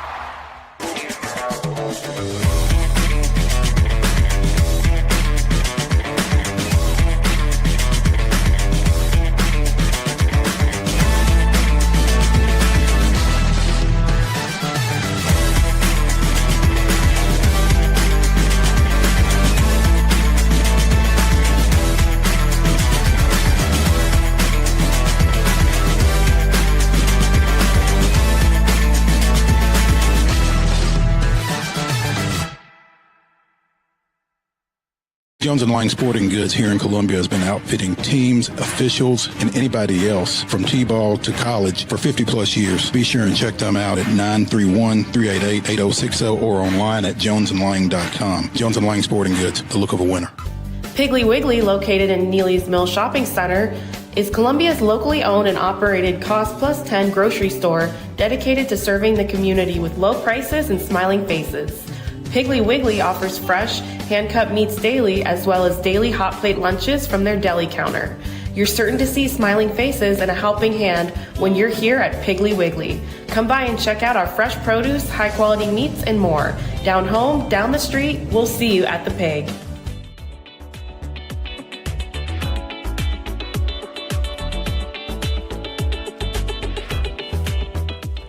Welcome back into Main Street Sports Today, presented by the Tennessee Orthopedic Alliance of Columbia. I'm Maurice Patton. That's Wade Neely. We continue our college football conference previews now as we get into Conference USA with Sam Doughton. Doughton. We had just had that conversation. Wade and I had, Sam, right before you came on, and I just freaked in the moment, man. Sam Doughton joining us to talk Conference USA. Sam, good afternoon. Good afternoon, y'all. Appreciate y'all thinking of me and having me on to talk about, what is always an interesting conference in the world of FBS football. That's one way to put it, for sure. Interesting. And you've seen this conference up close and personal for a few years with your affiliation with the Middle Tennessee State Athletic Program, sporting your colors there. We like that. But what are your thoughts about this conference this time around? Obviously, big change down at Jacksonville State, where Rich Rod is now back in almost heaven. But I don't know how much that changes the hierarchy or the intrigue in this conference heading into this 2025 season. It's a good point, Mo, because, on one hand, this is a conference that's had a lot of change, very, very recently. Over half of the coaches in the league are either in their first or second season at the helm of their programs. And none of those 7 teams where that's true for are either the 2 new teams to the conference this year, which is Missouri State and Delaware, coming up from the FCS. So you really have 9 programs in a state of transition in some regard. You got a guy like Sonny Cumbie, who's in his 4th year at Louisiana Tech and has not done a whole heck of a lot down there in Ruston, is now all of a sudden tied for the second longest tenured coach in the league after some of the changes this often. Tyson Helton, the longest tenured at Western Kentucky. But on the other hand, it still feels like everyone is chasing Liberty in some regard. Liberty obviously did not win the conference title last year, underachieved a season ago for sure, but they have a huge resource advantage compared to many of the other programs in the league. And so you would expect them to be on top more often than not. Often you're looking at Liberty versus the field most years when you're really looking at picking a favorite. Not only did they not win the championship, they did not play for the championship. It was Jacksonville State and Western Kentucky, which, as an MTSU grad, was really hard to watch. But Jacksonville State with a 52-12 victory in the championship game. But yeah, to your point, again, Liberty, it feels like if you take Liberty against the field most years, you're going to cash out pretty well, more often than not. Well, Liberty spent the money to get Jamie Chadwell from a Coastal Carolina program where he did a lot of really good things. It's only his third year with the program, but it feels like he's a far more established name than probably any other coach in this league. At this point, where college football is in 2025, obviously in the NIL age, having the money resources they have helps them build a roster that should have a talent advantage over most teams they play. But there are some opportunities there. It's still the G5. You're not going to have such an overwhelming talent discrepancy where you can't do some things. And particularly Conference USA, everybody runs wildly different schemes week to week, and so often you're catching teams with unusual looks. No matter what team you are necessarily, and Chadwell's teams run the ball very well. That's always been the identity of his teams, whether they were at Coastal or at Liberty. They've got to get back to that this year. They got Ethan Vasco, who's a guy that Chadwell, I think, coached very briefly at Coastal Carolina, who's their quarterback now, and have to integrate him. But to me, they're still by far the favorite, and we're just going to have to see sort of where everything else sorts out. But there's a couple other teams doing some interesting stuff that could sneak up on them absolutely throughout the year. It's interesting as you talk about Conference USA and you look back at last year, for all the talk about Liberty, Jacksonville State, and Western, Sam Houston at 10-3 was your only double-digit win program last year. The Bearcats finishing in a tie for second with Western Kentucky. I guess Western won that during the regular season, but it just feels like behind Liberty, everything is relatively wide open. It is, and give a nod to Western Kentucky, under Tyson Helton, who has stayed, pretty consistent year to year in sort of that 7 to 9 win range. Most of the time, they're always going to be in that conversation heading into November as a team that could be playing in that championship game. This year they've sort of imported, a whole offense once again. They got a really good signal caller, Maverick McIver, that I believe has come up from the FCS level. And, he's done some really good things, swinging the ball at that level, and they're going to be able to really roll it out. I think, hearing from Hilltopper fans online, they're excited about what their offense is doing. And really that puts them, sort of in, with that and the experience that staff has, sort of in the driver's seat for that second championship game spot at the preseason. And then, but as you said, behind them, completely wide open. You mentioned Sam Houston, 10-1 team. That whole coaching staff's gone. Casey Keeler took the job at Temple this year. They brought in Phil Longo, former Wisconsin and UNC and Ole Miss offensive coordinator. Really known for an up-tempo offense that basically puts their defense out there a lot. They score a lot of points, but then the defense is stressed a lot. So I'm actually very curious how that goes at the G5 level, where I think you probably can get away with that sort of high variance type of offense, maybe a little bit more than you could, so at some of his other stops where they were really prolific, but often, it suffered on the other side of the ball. Sam, I want to ask you, you referenced this team earlier, and, it feels like Liberty is maybe, I don't want to say safe, but it feels like they're going to be definitely in the mix. Tell me more, though, about Louisiana Tech, because, I feel like I'm hearing a lot of chatter about them maybe being that second team, depending on, kind of where you look around the internet. Sell me on them, and then you kind of alluded to, but tell me a little bit more about maybe why they won't be that second team this year. Well, the reason La Tech is getting a lot of buzz is because they're one of the few teams that has, a good bit of continuity back from last year. Like I said, it's the fourth year of Sonny Cumbie's tenure. They did actually go to a bowl game last year. They were the replacement for a Marshall team that could not go to the bowl when Charles Huff, took the whole team with him when he went to Southern Miss. So they were the replacement team for that. Got stomped by Army, which, building Not up surprising. for an Army game. Yep. Particularly as good as Army's was last year, when after you've already sent everybody home for the holidays. Pretty tricky, but credit to them for showing up and keeping it competitive, if I recall, for a good portion of that game. And they do bring back a lot of skill talent. They have a lot of running backs returning that have maybe not necessarily been productive, but have had the volume. So you hope that maybe with some upgrades on the offensive line, they can upgrade that production.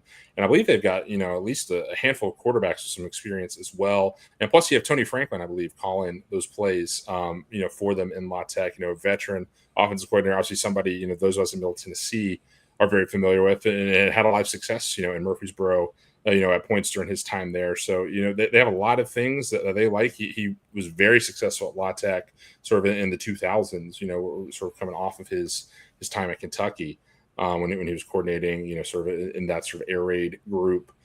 So, you have a lot of good signs for them. The bad signs, I would say, is that they've not shown any ability under Cumbie to win really at all. Cumbie went 3-9, 3-9, 5-8. A lot of folks in the coaching industry thought that last year might have been it, but La Tech said, not unusual for a lot of Conference USA teams. We're going to run it back, let that buyout, get down one more and reevaluate in a year's time, and but it's put up for shove for him. So I'm sure that whatever chips he has, he has gone all in with, and NIL money savings up, he's going all in with, and they're going to try to win as many games as they can this year for sure. I want to keep my eyes on them as the season progresses, but you also kind of painted, as an MTSU guy, kind of a scary picture for me. Western Kentucky, the longest tenured coach, hotshot quarterback coming in. We saw obviously what they did in the quarterback room last year at MTSU with Veltkamp going nuclear there. That factor alone, a quality coach and a quality quarterback, kind of makes me nervous. What else does WKU kind of bring to the table that could maybe see them make a run for a championship game appearance in your mind? Well, it always starts with that quarterback room. At least since I've been covering the league, Bailey Zappi into Austin Reed into Veltkamp last year. They've always had somebody back there that can sling it. And even, TJ Finley, he was the guy who got hurt in that Middle Tennessee game, and Veltkamp came off the bench for. It was a pretty highly regarded quarterback in his own right. So they always have somebody that can throw it around the yard, and that makes them really tough to defend. Every single game, it's something to go for. And they're always just good enough at running that you can't, sell out for the air raid. But like you could with some of the other teams where you just know that you're just going to see the same 4 plays over and over and over again. They can do a little bit more on offense than a lot of the other, sort of really pass-heavy teams can. But I think, an underrated part of, why they've been so consistent is sort of the defensive system they run. They sort of have some, unusual fronts there. They're not really going with 4 true down linemen. So they have a lot of versatile athletes, some guys who can be linebackers or safeties or D linemen, depending on the situation in that defense. And they do a good job of unearthing those guys. And it makes them a hard scout, I would say, week to week, sort of on the offensive side. And they, at least as someone who's watched Middle play them for 4 years, they throw some unusual things at you that are just tough to prepare for with your scout team. And so that always gives them a leg up. And they got a lot of those defensive, gurus back that help them on that side of the ball, and the coaching staff. And so they always play hard. Sam Doughton, our Conference USA insider here on Main Street Sports Today, presented by the Tennessee Orthopedic Alliance of Columbia, as we break down Conference USA heading into the upcoming season.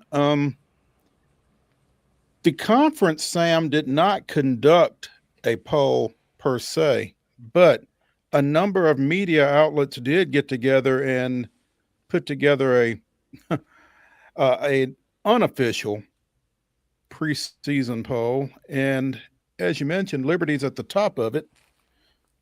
Western Kentucky, Jacksonville State, despite the coaching change, and Louisiana Tech are your top 4 teams there, as judged by members of the Conference USA media. Sitting there right in the middle, Middle Tennessee State at number 7. What do we think about the Blue Raiders in year 2 of the Derek Mason regime? Well, from having, covered them this spring and watched them all through spring practice, you can tell that they have figured something out off the field to start looking the part, getting off the bus necessarily. They seem bigger, particularly in the trenches. They seem faster on the edges, just standing on the sideline. When Derek Mason came in, there was not a ton of NIL structure. With Middle Tennessee football, that was something that sort of had to be built almost from the ground up by that staff. And they did a lot of work both in that first season and then the second off season for them, really putting that system in place so they can go get guys in the portal and in high school ranks that they think can help them right away. And I think you're going to start seeing some of the dividends of that. And the other tough thing that made them, I think really, struggle at times last year is they were going through two very tricky schematic changes on both sides of the ball. You were going from a 4 down front to a 3 down front on the defensive side, and they didn't necessarily have, the perfect personnel for some of the stuff they wanted to run defensively at times last year. They had guys that were willing to learn and put in a lot of work to get to where they are, but they just, didn't have a true, 3-4 outside backer, really on that roster and didn't have a chance to really go get somebody like that given when they were hired. So I'm very curious to see how, now that they've had, 2 off seasons to sort of develop the guys they've had into the players they wanted to be in the system, plus go get some folks, how that defense looks. Because obviously Derek Mason's sort of a defense first guy, and adjusting to that system and the one that he and Brian Stewart want to run, to me is what I'm most intrigued by, because, at this point, I think they've had the time they need to get most of what they wanted in there. And so now we're going to have to see them, put together on the field, because I think that was an area of a big struggle last year. And then offensively, you're switching from, what was really a, 10 personnel, 4 out type offense to one that, had a lot of 2 tight end packages, 1 tight end packages, a lot of the time. And there was some success with that, particularly, as good as Holden Willis was in that tight end spot last year. But, it was tricky at times as well, particularly as they got hurt on the offensive line pretty early in the season and couldn't go under center, I think, near as much as they necessarily wanted to, and had to sort of go in the shotgun just to, to keep Nick Vattiato standing up as much as they could. So the good news is they went heavy on the offensive line, this offseason, brought in a lot of new guys from a lot of different levels, FCS, FBS, high school, JUCO.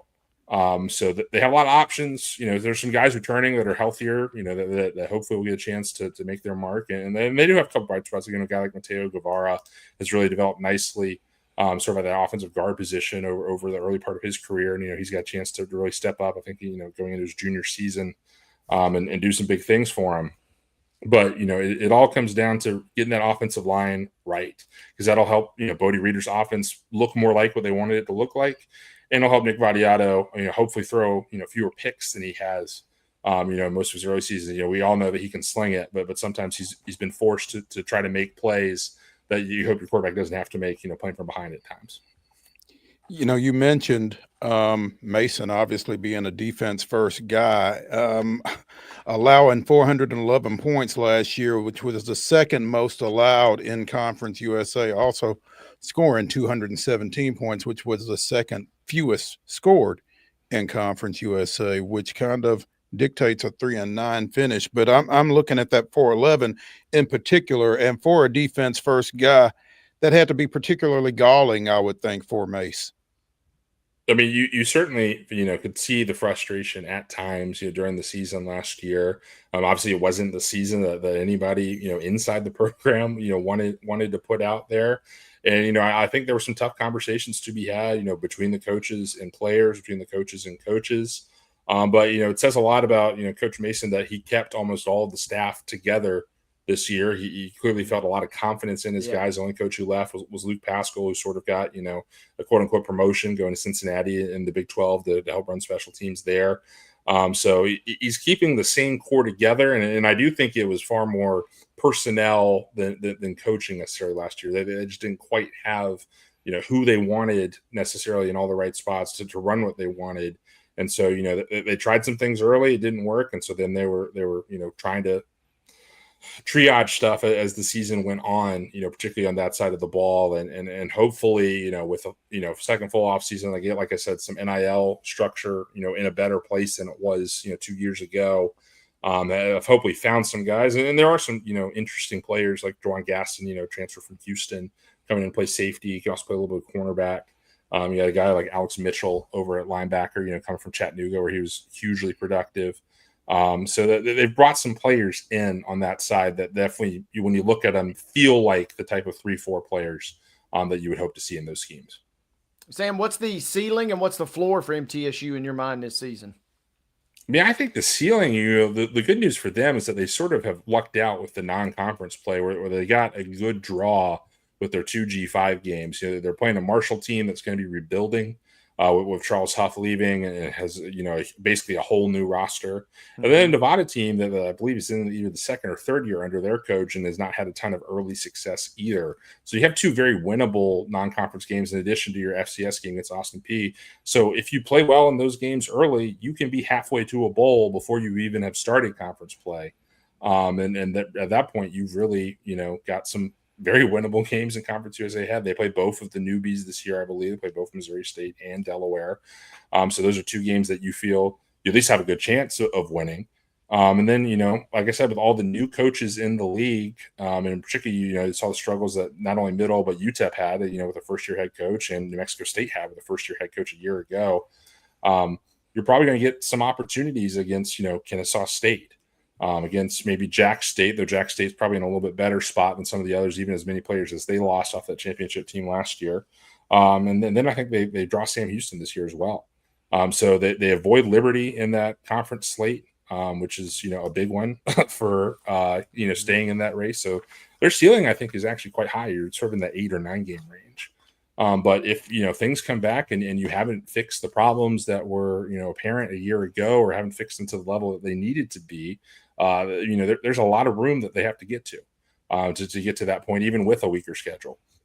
And so, the floor is looking at another, 3 or 4 win year if you don't, solve, some of those issues, particularly early on. But the good news is that given where the schedule is in September, they'll have a pretty good idea where they stand, sort of entering conference play, and hopefully that can help them, fix any issues that are there, pretty early on. I like the ceiling a lot more than I like the floor you just presented there, for what it's worth. So we'll think good thoughts. Sam, to your point, though, not only do they avoid Liberty, but it looks like they also avoid La Tech and UTEP. So, I mean, they've the schedule has been, on paper, particularly kind to them, looks like. Yeah, it's a really good opportunity for them to get back into a bowl game. First one it would be, under Derek Mason, first one in 3 years, for the program, because they didn't go to one. Rick Stockstill's last year as well. So, if I was setting a goal internally, that would be, I think the minimum standards, like, let's get to 6 wins, get into a bowl, and then, when, like I said, if you can get to that 3-win mark at the end of September, you've got a lot of momentum and a lot of wiggle room to be able to continue to have some confidence in conference play. And because you avoid, particularly Liberty, but as you said, La Tech and UTEP are 2 of the teams particularly towards the top half in most of the prognosticators, rankings, whether it's the media poll or, Phil Steele, Athlon, whatever you want to look at. You've got some opportunity here to make some noise and maybe, be a little bit ahead of schedule. If you hit on some things that you hope you hit on this offseason. And with that being said, Sam, real quick, those teams kind of in the middle, is there a team that maybe we could circle as, don't be surprised if these guys maybe not get to the championship game, but make a substantial improvement? I guess MTSU kind of take them out of the mix, because they certainly could be in that conversation. It would not surprise me to see FIU sneak into a bowl this season. I tend to think pretty highly of the head coach that hired Willie Simmons. He's a former Middle guy. When Stockstill was here, he had a great run at Florida A&M in particular. And he was on Duke's staff last offseason. Actually, he played in Murfreesboro, when Duke came to visit last year as well. But I thought he was a tremendous hire, for the Panthers down at Miami. Somebody that understands the state really well. And he's got probably, the best non-Western quarterback in the league in Keon Jennings. Who's going to get an opportunity to throw the ball around and run the ball a good bit, and could be a very productive player for them. So their team is going to have some firepower. It's going to have those fast Florida guys. And if they can put it together enough defensively to keep them in more games than they were in more recent years, they're very easily a team that could do pretty well in year one for them. Sam, as you look at this poll, where are they most wrong?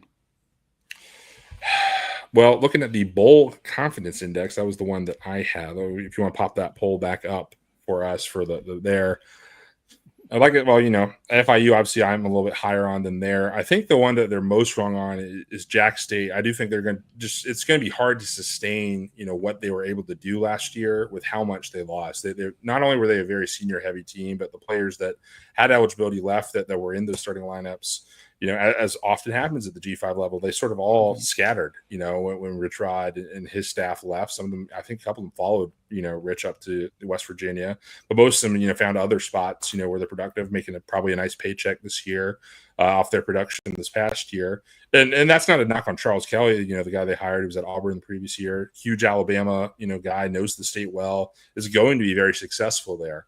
I'm just not quite sure in year one is going to be the year where that success is going to see. Now, they'll probably still be in that bowl level because there's just going to be a certain baseline that they have on that roster based off of how Rich Rod built it. But I don't think they're going to be in that conference title conversation come November necessarily.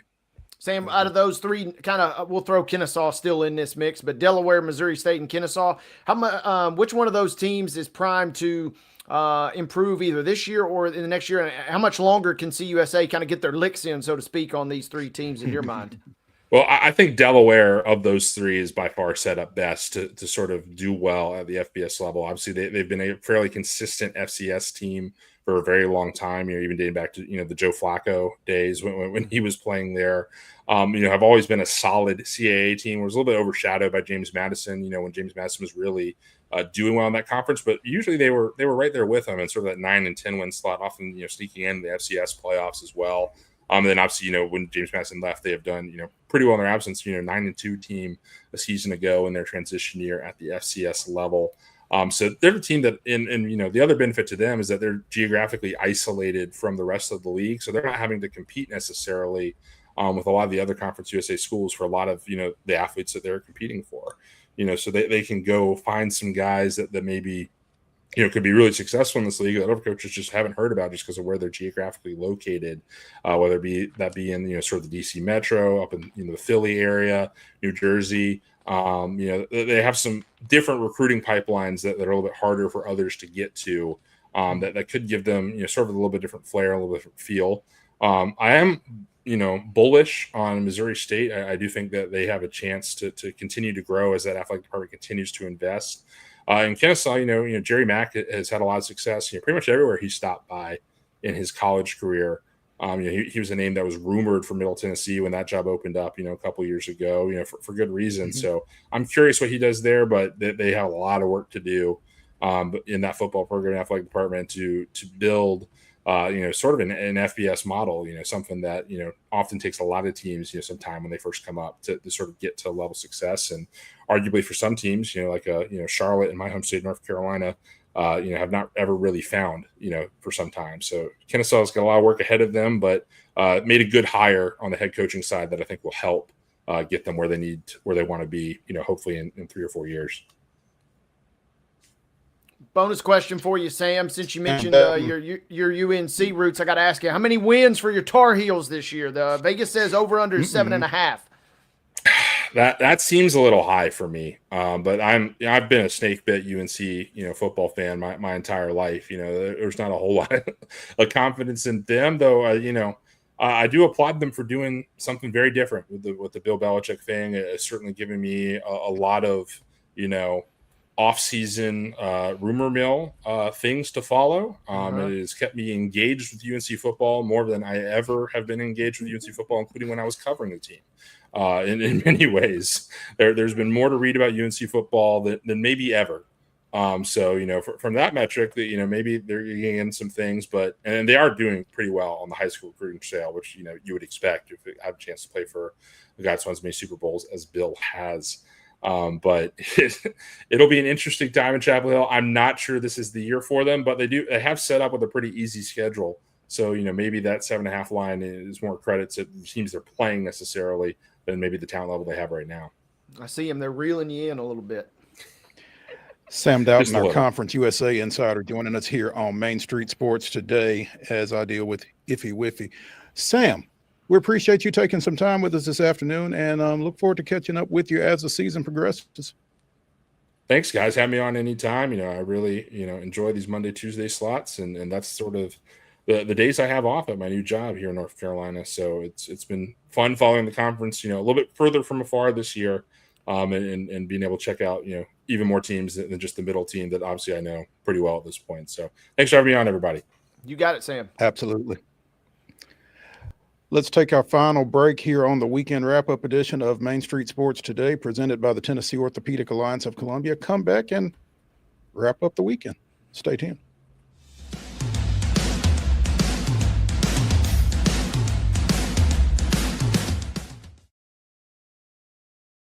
Being in Tennessee, we wanted to try to keep it as local as possible, so we have an entire section of our menu that is just dedicated to local whiskeys like Uncle Nearest, Jack Daniels, of course, George Dickel, Nelson Brothers, Greenbrier whiskey, and all of our taps are all local. From 2 o'clock until midnight, we've got food every day for you guys.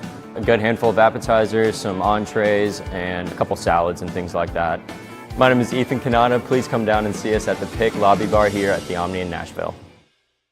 At Delta Dental of Tennessee, we know our success begins and ends with providing superior quality service, and that includes serving those who need it most. This year, we're celebrating 25 years of giving back to the community we call home. Delta Dental, along with our Smile 180 Foundation, supports Tennessee's dental colleges and oral health education, children's hospitals, free and reduced cost dental clinics, and other like-minded charities. Here's to the next 25 plus years of ensuring healthy smiles. There's a line that links us all. Most of the time, we don't even think about it, but it's everywhere. Illuminating our neighborhoods, empowering our businesses, and helping us to recharge.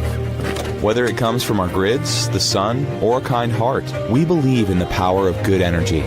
And as your family and region continue to grow, you can trust that we'll always be there for you. Middle Tennessee Electric, bringing good energy.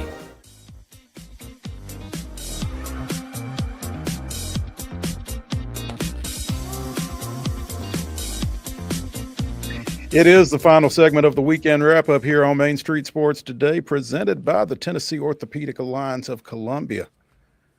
Wade, Aston Villa looked like they were ready to get out of town with a friendly dub, and then Sam Surridge said, not so fast, my friends. Surridge with the brace as the boys in gold secure a draw against the team from the EPL. What's the significance of that for NSC? Two ways to look at it, right? The realistic significance doesn't really mean a hill of beans in the grand scheme of thing. If you want to look for a rosier, but not necessarily realistic viewpoint, hey, I mean, you went toe-to-toe, granted on your home turf, but you went toe-to-toe with the team that's going to be in the Champions League this year. And who knows maybe what that does for morale inside the clubhouse there. I think most of everybody kind of internally treated it is not really banking on it, lifting this, being the catalyst to lift this team to a supporters shield or anything. They were already kind of on that chart and that trajectory in their own right. But you can't help but feel pretty good. Sounds like it was a good turnout. Sounds like some of the EPL fans kind of enjoyed the sights and sounds of Music City. And you get a couple nice ones bagged by Sam. All in all, vibes are high coming out of that one. All right. They resume MLS play this weekend. Saturday, I believe. I believe it is Saturday. I think it's on the road again, and I should know this, but I don't. Head to St. Louis. Oh, there we go. It's a lot closer than San Diego. So you got to like your chances a little bit more in that one, I would think. William Byron picks up his second win of the season. Been a while, but he wins at Iowa this weekend. Again, his first win since early on, but second victory of the year for him. Next is what? Again, struggling with my internet here. Oh, they go to Watkins Glen this weekend, right? Yeah, another road course. So the return of SVG, I guess Heather would tell us. Yeah, if you're one of those other drivers, you're already like, oh, great. I'm suddenly feeling sick. Yeah. Yeah, Byron edges out Chase Briscoe there in Iowa. Third place is Keselowski. Blaney, Priest, and Wallace are 4, 5, and 6. Chastain comes in 11th. Josh Berry from Hendersonville finishes 13th. Hamlin, who won last weekend, finishes 24th. Daniel Suarez, 25th. Kyle Larson way down the list at 28. SVG, 31st. He's like, it's okay. I'm winning next week. So interesting to keep an eye on this as we wind down toward the playoffs, I guess. Keeping an eye on the number of spots still available for that. So what, another 3 races here before the playoffs start up, I believe? Yeah, first weekend or second weekend, I think, in September is when they get going. And then they do go back to Bristol another time. I want to say they maybe even go back to Watkins Glen another time. So it's going to be kind of fascinating as you come down the stretch here. And you're right, SVG was couldn't simply be bothered with all the ovals. He's like a little too mentally unstimulating for him over the weekend. But he's playing and getting ready. And I'm trying to find odds here. Can't find them just yet, but you'd be hard. I would not throw any money anywhere else other than that guy. And I probably won't pay that price for that guy because, he's been so dominant as of late. There we go.